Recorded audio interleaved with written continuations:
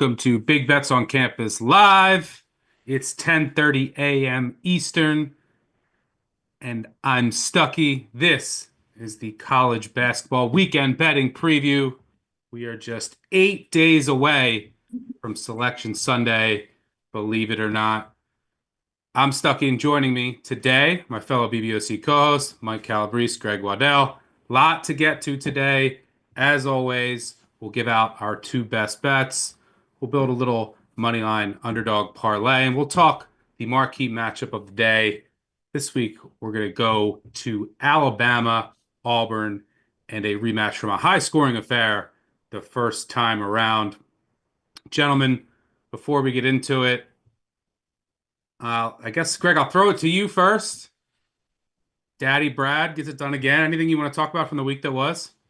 Man, entertaining game in Champaign last night. I think we saw moments of the best version of both Illinois and Purdue, and why those are two teams that you can't fully give up on, even though they've had disappointing stretches to say the least in Big Ten play this year. But man, that shot by Conspiracy Akashonis, it's why people like you and I stuck. We come on and off the bandwagon. You've been on the bandwagon all year, but like the kid wants the moment. Like there are not many players in the country that you will see more fearless, no matter how the rest of the game has gone in the first 38 minutes, than him. And he's done it time and time again this year. Braden Smith had chances. I thought he was gassed down the stretch of that game. He plays 39 minutes, 40 minutes every single night. And I don't think he scored in the final 5 minutes of this game. So tip your cap. Illinois looked like that place was rocking. And the people who have held their stock all season in the Illini, I think are smiling today as we get closer to postseason play. Yeah, I already know, can already envision that they're going to be a bracket conundrum now. Do you have them going down in the first round, or do you have Illinois making a run? There's going to be a lot of differing opinions on the Illini. And for what it's worth, in Purdue, you bring up a good point with Braden Smith. I think that they'll probably be better off for the tournament if they don't make like a deep run in the Big Ten tournament. Would you agree with that? 100%. Yeah. It'd be weird for Matt Painter to kind of not go all in, especially since this group definitely comes from a championship mindset. I mean, Braden and Fletcher have hung a banner at least one the first 2 years. But I completely agree. I mean, if they play 4 days into the weekend, that's a team to look to fade when Selection Sunday gets here. Yep. For me, my big takeaway from the week that was is I need you guys to remind me that if I'm ever going to fade Michigan State, just fade them in the first half. Uh, this team's just a juggernaut in the second half of every game. They're down at halftime, and then I think that's their depth. They just wear teams down in the second half. Calabrese, anything from the week that was? Well, last night, I mean, I've had my full basketball bingo card for the whole season betting wise. I've lost games where teams have shot better from 3-point range than my team shot from the foul line. I was on South Dakota State last night, got a 50 burger dropped on me by Eagle Staff from North Dakota. The only saving grace I had was I gave out a lot of love to Oscar Clough, whose season is now over, at least from a March Madness perspective. And I did get a like from Jane Clough, his mother. So, I'm trying to look at this glass half full. At least we have some moms here tuning in for BBOC. So I appreciate that. Outside of that, this is my favorite time of year with the momentum of the minor conferences. My Loyola Greyhounds had an opportunity to move on in the Patriot League. They lost in overtime to Bucknell, who I believe was their ninth overtime game of the entire season for the Bison, which is just incredible. So I'm enjoying every single second of low major basketball as it's the appetizer leading into the best week in all of college sports, in my opinion, when you get into major tournament play. So I'm just excited, and I'm just tailing Big Cat at this point. The guy hasn't lost a bet in March, so why complicate things? I'm just going to tail him until this train derails. But it's what, 14 in a row, so I'm going to keep it up here on Saturday. You said the best week in college sports, the best, in my opinion, the best betting week in all of sports coming up, and a lot of hoop to get to today before we get to that week. So let's try to find some winners. Calabrese, I'll start with you. Where are you going for your first best bet? I'm going to go with the Elon Phoenix, basically at even money against Drexel here in the CAA tournament. They do it with defense. I talked about it throughout the year. Matthew Van Komen was just named first team all defense in the CAA. He's joined by Sam Sherry. So 7'4", 6'11" in the interior, up against a Drexel team that's just not a very good shooting team. They're far below average in the mid-range, and they just make 34% of their three-point shots, which is 172nd in the country. So it's difficult for me to see a path forward for Drexel to score a whole lot in this game. Keep in mind, in their first meeting, they mustered just 54 points. So the key here, though, is health. When you look at Elon and their potential to make a deep run out of the 9 seed in this tournament, TJ Simpkins has been day to day throughout, really the last 2 weeks. But at least the news coming out of their camp is that his ankle is good enough for him to give it a go here. Dorn, their leading scorer for much of the season, he's the mystery box. He's also had a lower body injury, and they've basically been mum on it since February 8th when he got injured. But if he's also added back into the mix, I could see Elon running away with this one. Luckily, even without Dorn's services, if you look at their high-end play in the month of March, they were able to beat Wilmington and Towson. Those are the top 2 teams in the CAA without him. So I think it's clearly going to be enough for them to move past Drexel in this game. And then it gets interesting to see how deep this run can go. So I'll take the Phoenix at plus 100 on the money line. I will be rooting against you here, mainly because I have a Drexel future, but this is the game that I'm worried about. I can't really bet because I don't know how healthy Elon is. I am worried about this game. I think that Drexel have a good shot of beating Towson in a grinder if they do get by it. So, yeah, unfortunately, I'll be rooting against you here, Calabrese. And Greg, for your first best bet, I think I'll also be rooting against you. I guess I'm just a villain today. Where are you going for your first best bet? Yeah, there's a theme for all of my picks you're going to hear on the show today. I'm going to be backing definitively awesome teams against teams that I have mostly hated all season long. I'm laying the points with Duke, minus 10.5. Look, I don't buy this North Carolina turnaround. Torvik says that they're the 16th best team in the country in the last 3 weeks. Why would that be? Because the best team they've played is Florida State, who is 90th on KenPom. Respectfully, the bottom of the ACC, we know how bad it is. Every good team in the ACC ran through those teams. It's why Louisville and Clemson have 2 losses on the conference season and could still somehow backdoor their way into an ACC title share. It's not impressive. And Hubert Davis is talking about the joy that they've played. Yeah, of course, it's fun to beat up on teams that just don't have talent like RJ Davis or Ian Jackson. This North Carolina team has shown us who they are against the best of the best repeatedly this season. They are 0-8 outright versus KenPom top 25 opponents, but it's more than that. They are 1-7 against the spread in those games. Not only do they lose them, they just don't even keep it competitive from whatever the market says the game should be. Duke is the #1 away team in the country. I get that everyone wants this to be an entertaining game. College Game Day, I'm sure, is thrilled to be back for another Duke-Carolina game that they shouldn't have gone to the first time.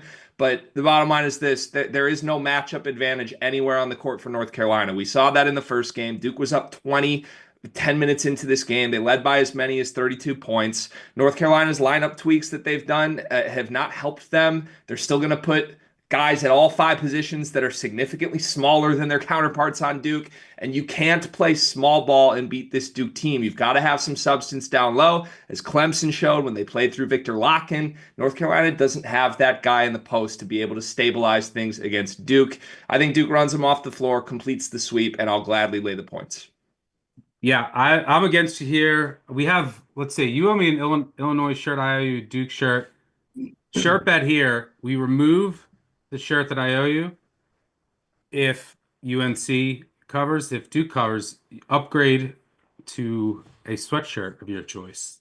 Are you in? Game. I'm in.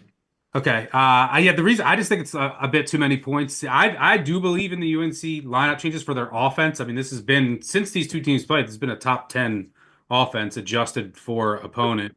And yeah, Duke has been incredible on the road this year. But since January 1st on the road, they're shooting 42% from 3, which is, I mean, they shoot the 3 ball really well. Since these two teams played, both of them shot like 42, 43% from 3. The problem is no one can miss from 3 against Carolina, and no one can make a 3 against Duke. Yes, their defense is incredible, but in road games since January 1st, teams are shooting just 26% from 3 against Duke. So you say, oh, it's all the Duke defense. No, in Cameron, they're shooting 38% from 3.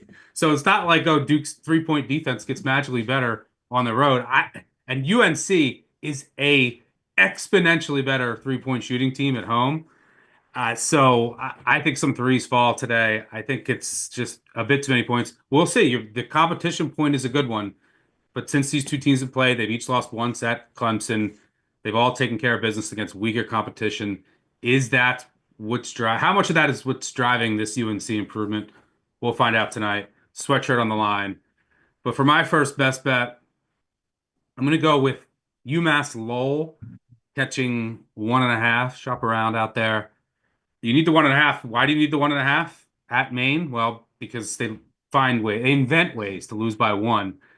This year, UMass Lowell was absolutely snake bit. They went 1-9 in games decided by 5 points or less. They lost 4 league games by 1 point and another by 2 in overtime, including both games to Maine. They lost by 1.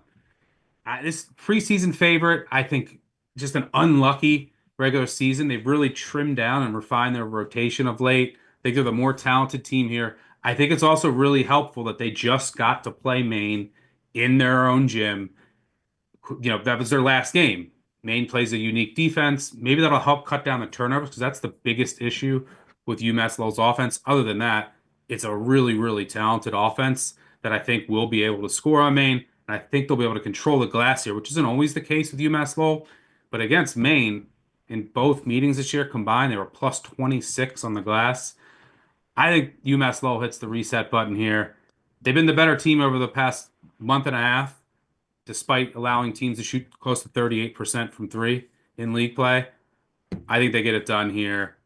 Give me the Riverhawks.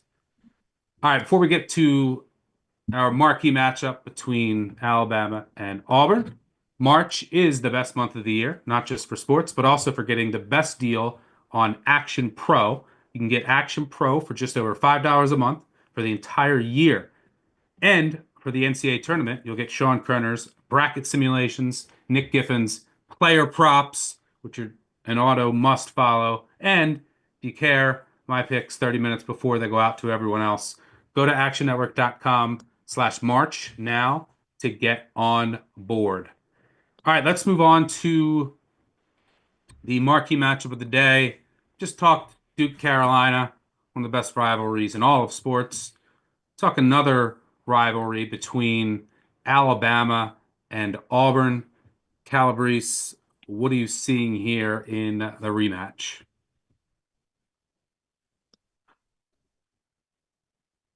Mute. Sorry about that. So essentially, the way I'm playing this is the Tigers on their home floor have just been an absolute juggernaut. They're 58-3 as a home favorite dating back to 2021, the best mark by any power conference school. But they come into this game banged up. You don't exactly know if they're playing with a full deck or if there's going to be any minutes restrictions on any players here. So 8.5 seems a little bit rich to me. Nate Oates has always been feisty, playing on the Plains. He's 2-2-1 against the spread when facing Auburn on their home floor. So I just think 8.5 is too rich. So I'm going to use this as a parlay sweetener. I'm going to put in, hopefully get them closer to minus 300. I think I saw minus 315 out in the market this morning. And also, I'm just not writing off this Alabama team. Despite a 2-4 straight up run in their last 6, you got to keep in mind it's been a gauntlet. All 6 of those opponents have been ranked in the AP top 25, and they're a scary team when the threes are falling. So I think the only way to play this, in my opinion, is to go on the Auburn money line and just tack it on to maybe your favorite side of the day and get a little bit better money on the payout. But I still think Auburn is the better team because they can win in a multitude of ways. They can play an up-tempo game. Usually Alabama, that's how they can pull teams out of their comfort zone. But if Auburn needs to score 80 or 90 points, they can do that. They can also turn it into a half-court battle, play through the post a little bit with Janai Broom, and defensively, I still think they have way more versatility. So I'm going to go with the Tigers and swallow the big juice at minus 320. Greg, what are you seeing here? I think Calabrese nailed the way to tackle this. Look, I think Auburn is obviously the better team. When I backed Alabama in the first matchup of this season. I remember 5 minutes into that game texting everyone that I know, like, this is clearly the wrong side. Auburn's just better at every position. But situationally, there's a bunch of questions with Auburn right now. Like, I don't think Jani Broome is healthy, straight up. I mean, this is two straight extremely stinky performances. He's still playing 32, 33 minutes, but he just doesn't look right. Even his tenacity on the boards against Kentucky, only 6 rebounds in 33 minutes, just felt a little different than the Broome that we've seen all season long. Without that, and with Denver Jones out of the lineup the last couple games as well, it's not the same Auburn team. They threw a very strange zone defense at Texas A&M. Obviously, you do that because it's A&M and you're trying to bait them into jumpers, but like, they don't have anything to play for here. Are they just trying to smash their rival? Are they going to show up for that? If they want to sit in a junk zone again, all of a sudden this becomes 3-point roulette with Alabama shooters, and that's a very dangerous proposition. I will say, if you are someone that believes in this Alabama team, I think the number is a pretty good number to take Alabama. I'm not brave enough to do that, so I'm playing it exactly how Mike just laid out. Throw Auburn money line to sweeten up whatever number you want elsewhere. Yeah, it's a pure pass for me. I mean, Denver Jones practice wasn't on the availability report, so it should be good to go. But is he going to play the whole game? Like, it's Auburn has everything locked up. So is, like you mentioned, Broome already. There's a lot of uncertainty here. But what I think this really comes down to is just Alabama, whether who covers Alabama and their 3-point shooting, which is going to be the case a lot of times. But in the first meeting, they went 5 of 26 from three. And, I think since February 1st, they're shooting basically 40% from three. That was an issue at times earlier in the year. Can they actually keep that up against Auburn, a team that really no one shoots the three well against? I think over that same span against Auburn, teams are shooting 28% from three. So can Alabama hit a bunch of threes here? Because I can't envision them getting many stops on the road against this Auburn offense, and a team that I do expect to, in the jungle after a loss, they should at least be a bit more focused. But weird game for me for a multitude of reasons, so I'm staying away. All right, let's shift gears and talk some moneyline underdogs. We'll give out one each that we like. Calabrese, I'll throw it to you. I'm going to go with Arizona plus 140 playing at Fog against the Kansas Jayhawks. Listen, the Wildcats have had some stellar road performances this year in Big 12 play, namely winning at West Virginia and BYU. That BYU road win looking better and better with the coming weeks, or the past 2 weeks, I should say. And I still don't trust this Kansas team. I mean, they've lost 4 of 6. They dropped 3 games on their home floor already. And just to give that perspective, from 2010 through 2024, they lost 13 home games total. So, essentially, it was difficult to beat them twice in a year on their home floor. Usually they went undefeated or maybe dropped one to another top team. To already have lost 3 games on their home floor, it just shows that the fear factor of Fog has been diminished considerably. You see the press conferences, you see Self is trying to hold this team together with Scotch tape emotionally.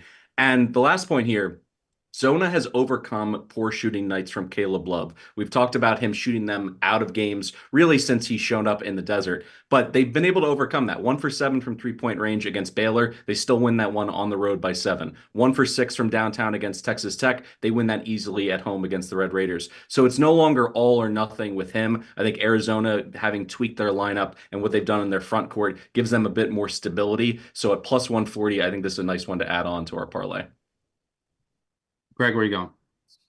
I'm going to take St. John's. It's up to plus 140 at Marquette with the news that Davon Smith is going to be out today. And Calabrese and I were talking before this recording, but there's some interesting stuff going on with the Johnnies. I might let him elaborate on in just a moment. It's not enough to spook me from playing the definitively better team here. And Stuck, I'm going to make a comparison into Big Ten country. You know, that's where my heart is. St. John's is essentially the Big East version of Michigan State. And we just spent the last month talking about why it's a bad spot. Let's fade the Spartans. They're actually not that good. Oh, Marquette needs this one at home. No, they're the best team in the league, and they've been running through all the good teams all season long. If you're going to give me plus money, I'll gladly take it. Kadari Richmond is one of the only guards in the country, I think, that's big, strong enough, and tough enough to frustrate Cam Jones. But when you look back at the first matchup between these two teams, St. John's shot even worse than their season-long marks. I mean, we know this is not a good shooting team, but 18% from three in the first meeting, 54% from the free throw line. They missed 14 free throws, and they won the game by 6 still. I mean, I can't imagine they do worse than that here. They punked Marquette on the boards. You've heard me talk all year about how Ben Gold is a liability in games like this. St. John's rebounded 48% of their misses in the first matchup. I think that's going to happen again. And just point blank, I do not trust this Marquette team. They've lost 5 straight games outright versus KenPom top 50 opponents. Their last win against anybody with a pulse came back on January 3rd against Creighton. Shaka Smart in rematches this year. He's lost the second meeting to a bunch of good Big East teams. UConn, Villanova, Creighton, and Xavier all got Marquette in the second go-around. That's because Marquette has no adjustments to make. This team is too thin. They don't have the depth. It's Cam Jones or bust with no answers in the front court. And Rick Pitino and St. John's have too many ways that they can go win a basketball game against a team that limited. I think I'm the hater of the year on the show this week. I'm against you here, Greg, but I just don't think that St. John's really cares about this game. And why do I mention that? Like, yeah, they're gonna go out on the court and the way that they play, they care. I'm talking about Pitino. Like, we already know that this team doesn't have much depth. They've already clinched the Big East. They have the Big East tournament coming up. There's other injuries. I don't think he's going to play his ideal lineup in rotation for the full game. We've already seen him. You go back to that Butler game. I think he's trying to build more depth. I think he's trying to save some guys. Like the way that they play. Now they have had a week off, and Marquette did play midweek, but I can see Pitino trying to go deeper into his bench in this game and Marquette being able to trade threes for twos, but your points are valid. I'll throw out Oak State at home against Cincinnati. Is Cincinnati just going to be a corpse? So they're going to get off the bus? I expect Oklahoma State to show up. They've been playing better of late, especially at home. They've won 4 or 5 at home in February, but Cincy just looked depressed. Wes Miller looked distraught after that loss to Kansas State, which basically eliminated them from at-large contention. Do they show up at Oklahoma State? They don't turn the ball over, which is a problem against Oklahoma State, which is how they generate a lot of their offense in transition. And since he doesn't let you get in transition, and since he doesn't foul, but Oklahoma State does force you to beat them with jumpers. That's not Cincinnati's game. And Oklahoma State is comfortable in the mid-range, which you have to be against Cincinnati's defense. So take a flyer on the Pokes against the team I'm not sure is fully engaged here today after that devastating home loss. So we're going Arizona, Johnny's, and Oklahoma. If I could jump in real fast, Doc, just to play devil's advocate, I think Marquette in the first half is a really good play, -1.5. You mentioned the week off for St. John's. Well, what's happened in the week off? Everyone in the world's patting them on the back. They're on the Jimmy Fallon show. They're the toast in New York.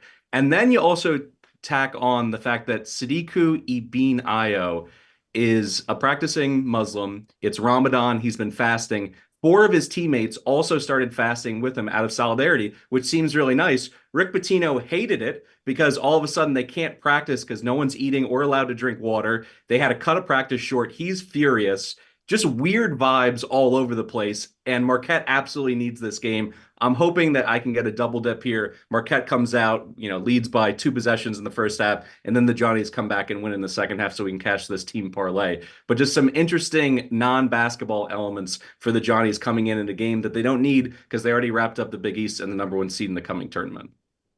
Yeah, good notes there. Always important to pay attention to what's going on off the court.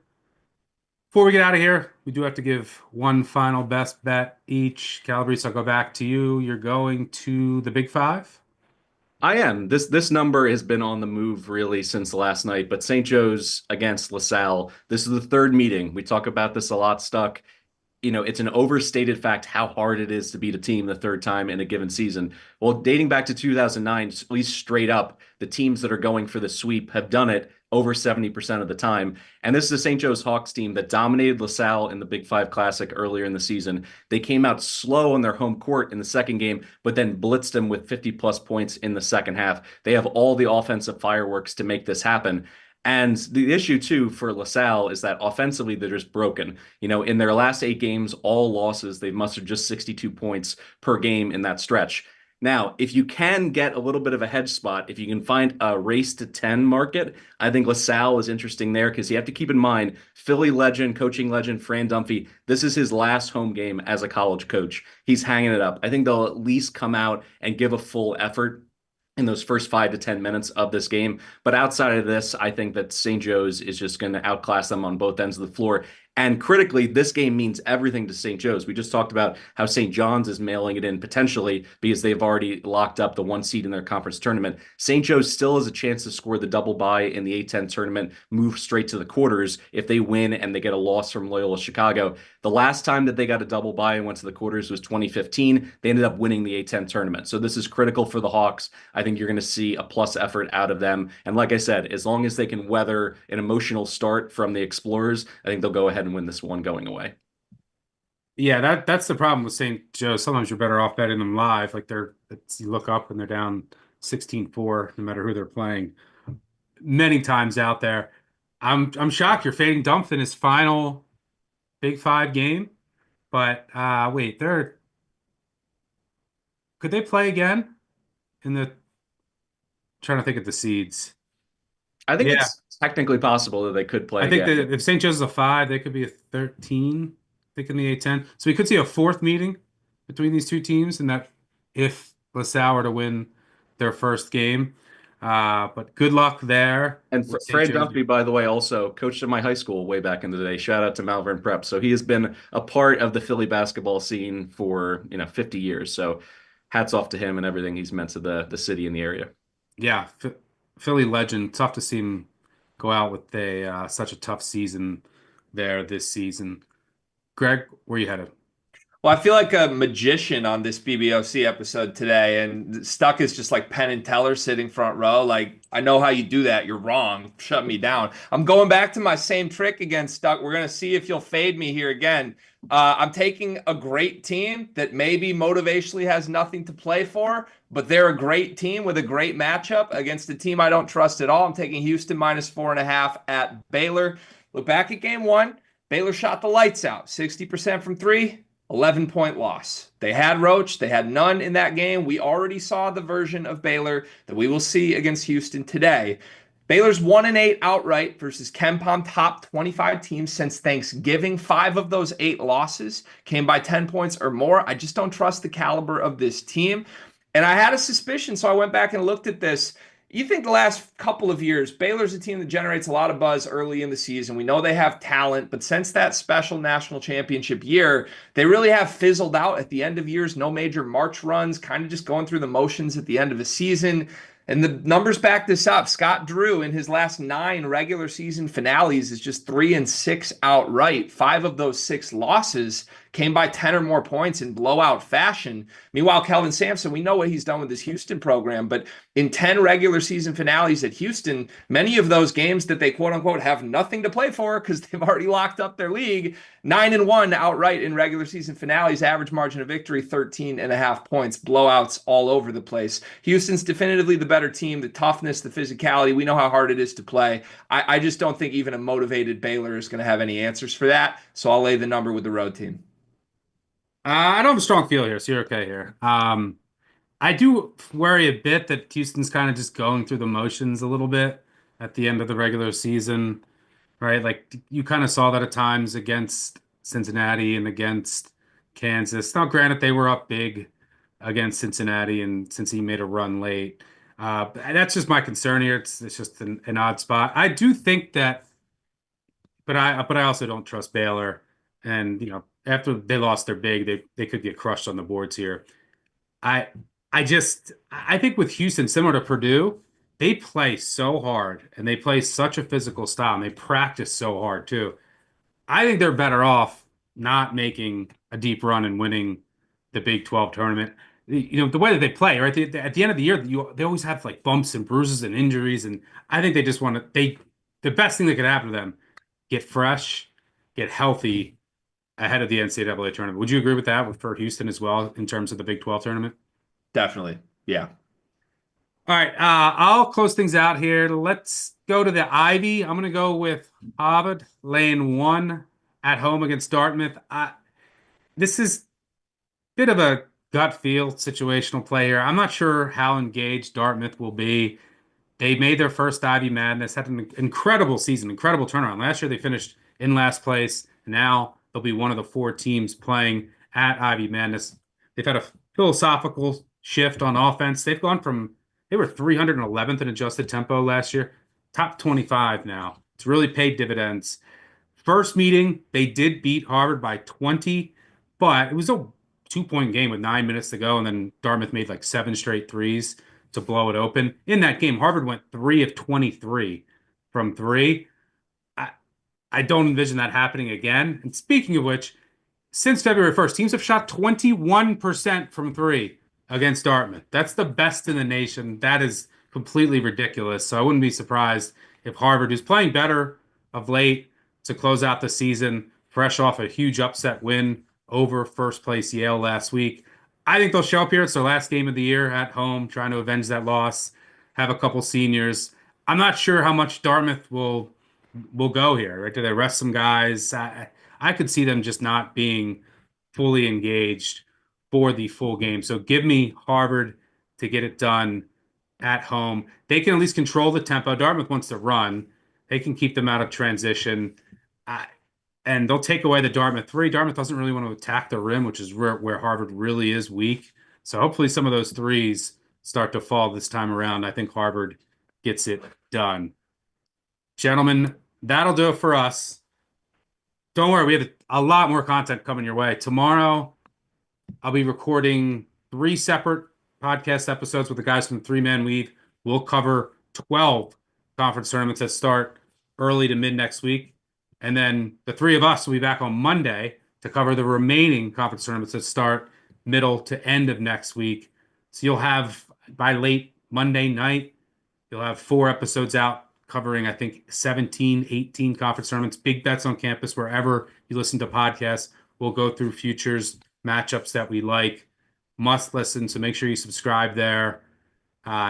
It's just some of my favorite content that we do all season long. 8 days until Selection Sunday. We'll have shows that night, and then obviously throughout that first week. It's the best time of the year. Enjoy the madness. Thank you to Greg and Mike for joining me. Thanks to our producers on the back end. Most importantly, thanks to all of you for tuning in. If you're watching on YouTube, hit that like, subscribe button. Do appreciate your support. But good luck on all of your wagers today, and we will see you next week. Cheers.